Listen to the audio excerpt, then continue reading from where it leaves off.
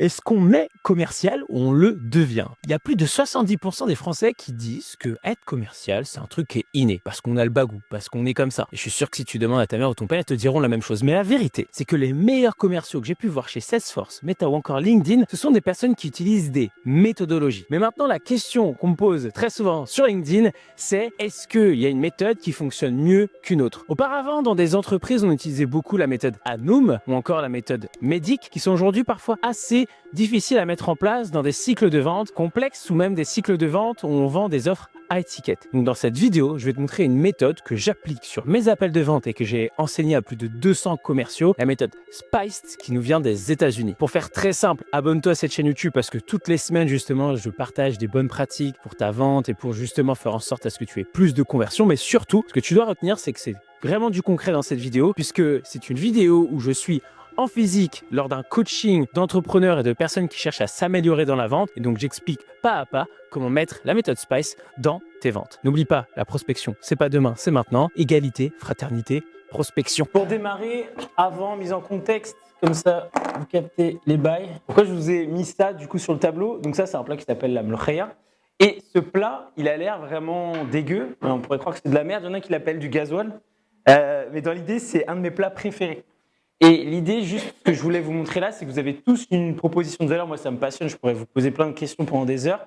Pour avoir la meilleure des propositions de valeur, si vous ne donnez pas envie de venir vous voir et d'acheter votre produit, en vrai, ils ne goûteront jamais à ce truc. Et donc moi, si je veux vous faire goûter ça, il faut que je vous donne envie d'aller goûter le bail. Et pour ce faire, il faut que je comprenne qui vous êtes, pour vous donner les bons éléments en fonction de qui vous êtes, de goûter ça. Si on me dit, effectivement, moi, du coup, je préfère les plats un peu salés, je vais dire, écoute, c'est nickel, il faut bouffer ça. Voilà, juste le raccourci, c'est de vous dire, en gros, votre vente, elle doit être appliquée d'abord sur comprendre votre prospect. Et pour ça, il y a une méthodologie que moi, j'ai pu apprendre quand je bossais chez Meta. C'est la méthode qui s'appelle la méthode SPICE. SPICE, du coup, c'est ce qui va vous permettre de structurer votre appel, mais dans une bonne logique. Généralement, quand on utilise donc des méthodologies de vente, parfois, on va nous dire qu'il faut poser telle ou telle question, le budget, le timing, mais ça ne va pas dans le bon sens. En gros, là, l'idée, c'est de se dire qu'au fur et à mesure de l'appel, on va pouvoir avancer pour aller justement, on va reparler sur le timing, qui prend la décision et du coup, est-ce que la personne peut acheter maintenant? La première chose, donc dans la méthodologie SPICE, c'est situation. Moi, mes appels, et c'est parfois un de mes défauts, je passe beaucoup de temps là-dessus. Parce qu'en fait, ça me permet vraiment de faire parler le prospect dès le départ.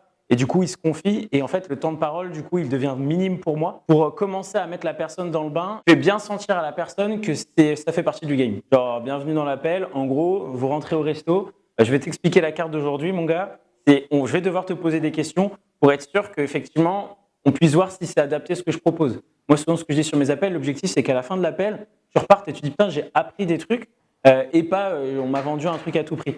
Donc, en gros, juste, je lui pose le décor dès le début. Et en fait, par son agreement sur, en gros, son accord sur ce qui va se dérouler sur l'appel, il doit être OK de me poser des questions. Ça m'arrive parfois qu'au bout de 7 minutes, on me fait « mais c'est un interrogatoire aujourd'hui, c'est pas possible ». Je leur dis « ouais, c'était ultra important, j'ai encore 2-3 questions et après, si vous voulez, je vous explique davantage ce qu'on fait ». Effectivement, ça peut être bien, surtout sur un appel comme vous avez pu voir hier, si la personne n'a pas trop capté la globale de ce que je fais, au début de refaire un peu une mise en contexte très rapide, succincte, et après de revenir sur l'agenda du jour. Et de toujours garder le contrôle comme ça sur l'appel, ça permet aussi à ce qu'il n'y ait pas de sortie de piste et que, ouais, tu as accepté de venir sur l'appel, fine. Là, tu es sur l'appel, donc tu es là, donc tu as signé un espèce de contrat. Ok, super, voilà le nouveau contrat. Sur cet appel, il va se passer ça. Et si ça se passe bien sur cet appel, à la fin de l'appel, tu vas signer un autre contrat pour venir sur le deuxième rendez-vous. Pain. Alors attention, faites toujours parler vos prospects. Genre, l'objectif, c'est que ça sorte de la bouche du prospect et pas de la vôtre. Donc en gros, même si tu es persuadé que le prospect, son problème, c'est X, c'est mieux que ce soit lui qui le dise durant l'appel. Ouais, voilà mon problème, en gros, il y a ça. Parce que inconsciemment, il sera plus dans l'acceptation que si c'est toi qui lui donne du coup la problématique. Moi, ce que je fais généralement, c'est que je pose toutes mes questions et à la fin, je lui donne dans les 10 dernières minutes le « Ok, en vrai, tout ce que vous avez dit, ça fait sens, puisque moi, j'avais vu effectivement avec mes outils, vous avez ci, vous avez ça. Moi, je peux résoudre justement vos problématiques et tout ce que vous avez pu me citer de cette façon A, B, C. Tu n'en dis pas trop, tu dis, comme j'ai dit hier, vraiment les éléments dont tu as besoin. Et comme ça, tu dis, si tu veux en savoir plus, parce qu'on arrive à la fin de l'appel, on se fait un autre rendez-vous et je te présente un truc sur mesure. Donc, dans l'idée, c'est tu poses tes questions pour justement préparer ton pitch à la fin.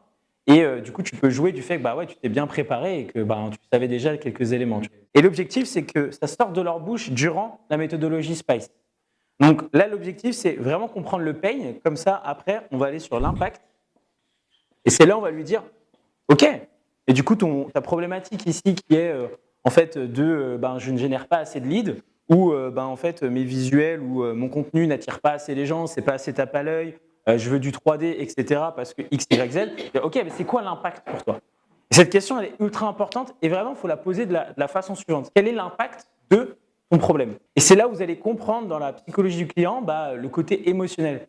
C'est-à-dire, ça me prend trop de temps. Ou, du coup, je dois encore recruter. Je dois encore former quelqu'un. Du coup, j'ai pas un branding assez puissant.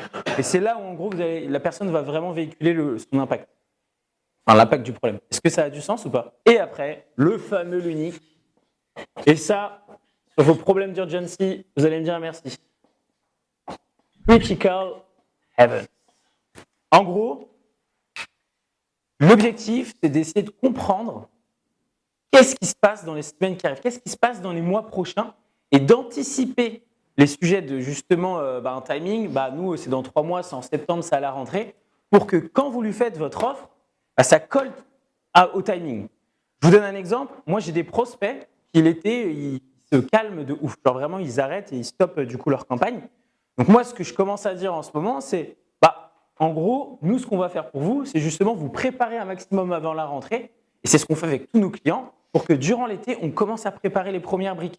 Et parce qu'il y a une phase de préparation, il faut que vous soyez prêt en septembre. Donc c'est parfait que vous puissiez me dire ça. Nous, on prend 1 mois avant de mettre en place du coup votre IA. Donc en gros, justement, le fait que vous puissiez me dire, et ça, ce sera lors du deuxième appel ou à la fin, ça dépend si vous faites juste un R1, vous me dites que vous puissiez me dire ici que ouais, ce sera en septembre, et ça tombe bien parce que nous, de toute façon, on a 1 mois de préparation, puis il y a 1 mois de test. Donc en gros, ce qu'on va faire, c'est très simple, c'est on va structurer sur une roadmap de la façon suivante. Et tu peux même t'amuser à dire, nous, c'est un engagement de 3 mois. Ce qu'on va faire, c'est qu'on va juste préparer ta campagne en juillet. On va faire une pause juillet-août, ou juste août. Comme ça, en septembre, on est prêt et on a tout anticipé. Donc en gros, de poser la question critical event, ça aide vraiment à du coup préparer cette partie. Typiquement, les questions que vous pouvez poser, c'est est-ce que vous avez des deadlines ou des dates importantes? Est-ce que vous avez de la saisonnalité qui arrive? Est-ce que dans votre équipe marketing, ça dépend les pôles, mais est-ce qu'il y a des choses, des investissements qui vont avoir lieu?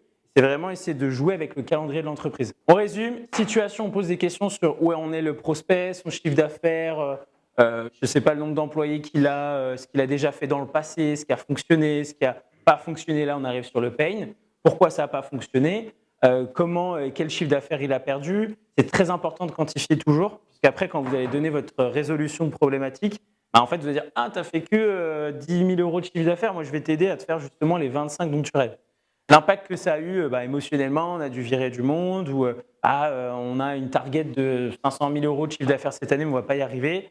Critical event, ok, très bien. Est-ce que vous avez prévu des choses du coup dans les semaines et les mois qui suivent? Ah ouais, on va faire un salon en septembre, ça va être exceptionnel, on a mis tous les moyens dessus. Donc à partir de septembre, on va entendre parler de rien du tout.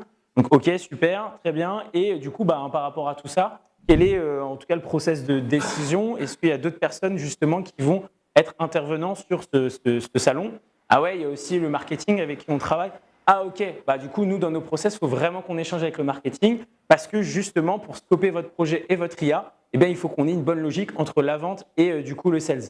Et du coup, à ce moment-là, moi, j'arrive avec mon IA à la fin et je dis, écoutez, c'est parfait que tu aies pu me dire tout ça. Donc nous, en gros, ce qu'on résout, c'est justement faire en sorte à ce qu'on implémente des IA dans des salons. Comment on le fait? On fait en sorte à ce qu'on aille chercher les 12 000 € sans vous faire perdre du temps. Comment on le fait? Grâce à une IA que vous n'aurez pas besoin de former à nouveau. Parce que j'ai bien compris que chez vous, le recrutement, c'était un sujet problématique. Moi, sur un call de 30 minutes, je fais 20 minutes de discovery. Donc, je pose des questions, ça peut aller jusqu'à 25.